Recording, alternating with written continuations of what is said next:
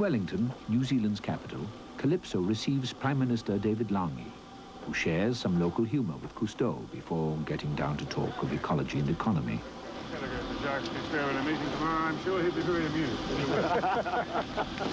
We are the only developed country in the world having a that third relies world on economy. the fruit of the land or the sea. Having a third world economy. Yeah, that is the economic basis of it. The economic basis. Yeah, and if we sound in our arguments to be leading the third world in trade, we are, because those are our resources. Resources are money, but New Zealand has not always been wise.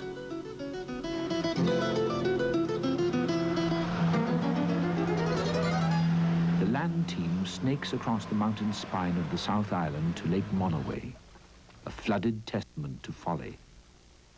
In 1925, the lake level was raised to generate hydroelectricity, drowning the shoreline. There are lingering results above and below.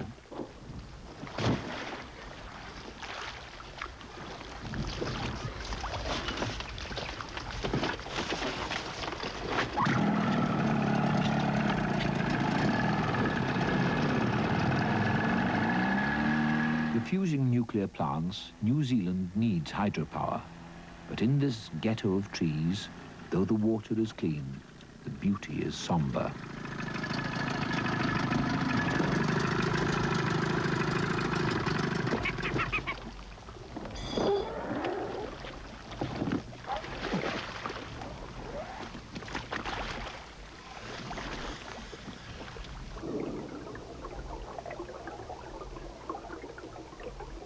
The Maori believed every tree embodied a soul.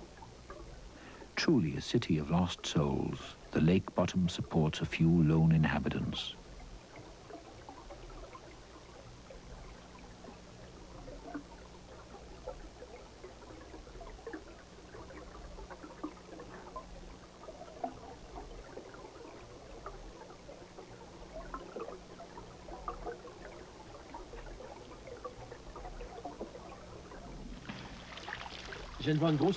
Didier points out a stalwart survivor. Elle est juste là.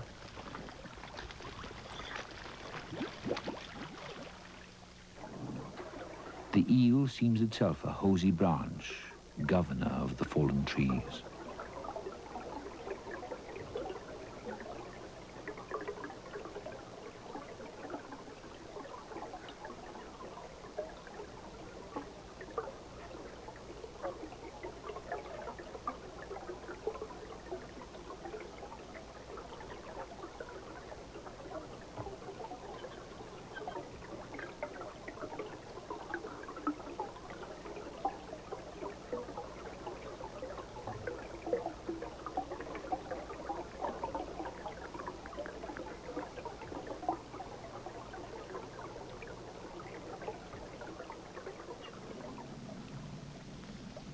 Faced with the eyesore of Monowai, New Zealanders said, never again. Les Hutchins and others forced a compromise at Lake Manapuri to keep the shoreline intact. It really awakened New Zealand's ideals on conservation. They protested, and it resulted in the change of government at a particular election in 1972. But pressures to earn from the land persist. A bend for every day of the year, it is said of Skipper's Road, and then no road at all.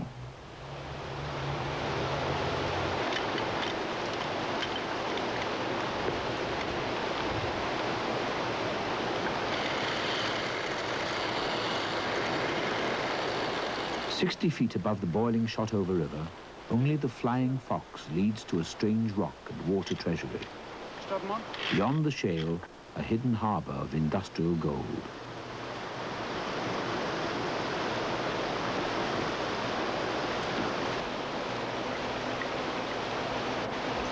Tearing at the bottom, the great arm Rains River, shaking and sifting the gravel. 40 seconds a bucket yields about 1,200 ounces a month. The remaining bounty of what was once boldly called the richest river in the world.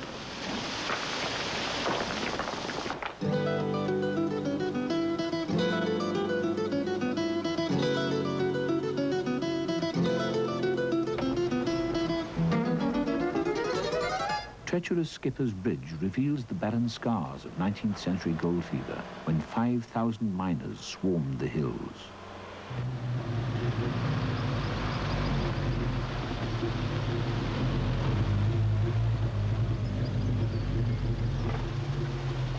Through woods full of recall, the team finds Stuart Ross, unimpressed by machines, addicted to the canyon. Let's go make our fortune. Yep. Long way down? About 10 minutes, fairly steep. Working alone, Ross has prospected every summer for 30 years, more for the challenge than the money.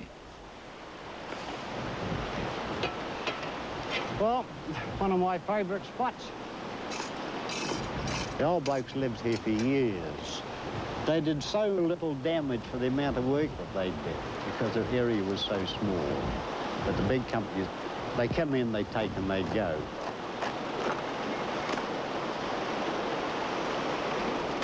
A miner's miner. He can read just which river rise may be carrying luck. First thing you got to wash the mud off.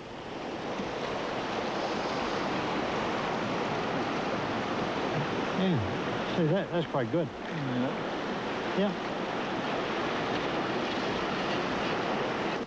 A glint of gold marks another uncommon find, the yellow-eyed penguin, the rarest penguin in the world.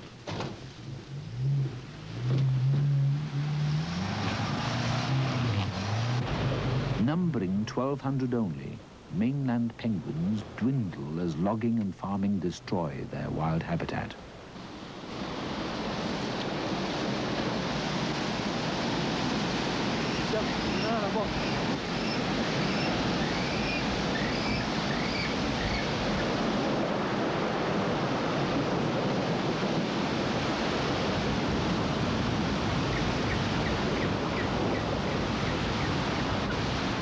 Found only in New Zealand, the birds need bushy sheltered shoreline in which to nest.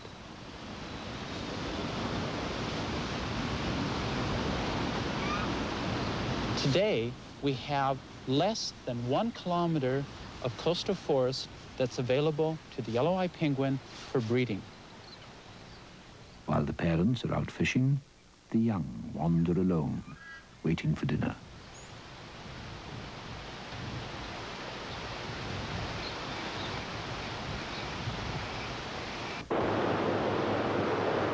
Angered by coastal ruin, Fergus Sutherland and others bought land exclusively for penguin breeding. When I was a boy, I used to come to this district and it was covered in bush. You know, I loved it. And it was always part of my life. I wasn't a conservationist of any sort of then. And I always felt it was there. And I went overseas and I came back. I remember the first time I came down into this area. I came down just to an area close to here. And I drove down and I came over the hill and the bush was just gone. It was smoking. There was smoke coming up out of logs and things. I just couldn't believe it. In fact, I just wept. I just couldn't believe that people were doing this to the area that they loved. I knew they loved it and I loved it. And from there on, I started doing something about it. So did Ranger Gernot Ulig.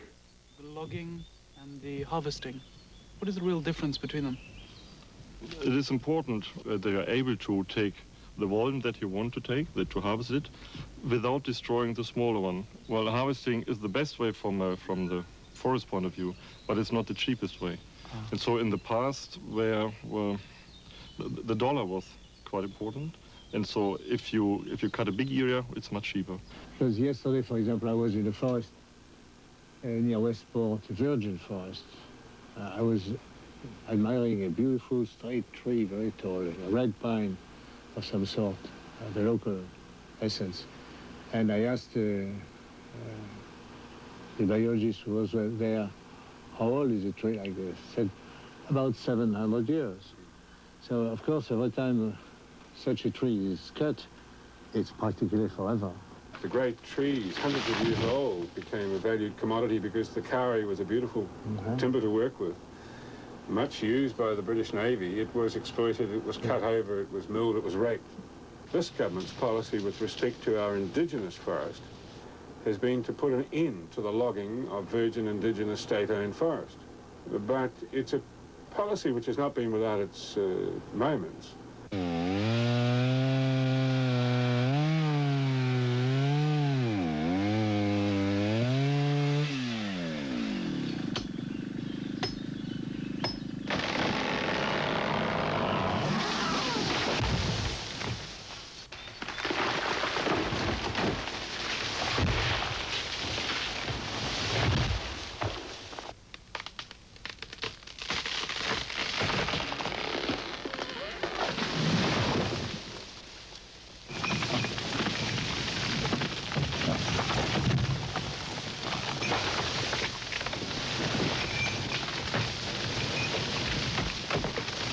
In the groan of the forest, New Zealand balances its fragile economy and its instinct to be ethical with nature.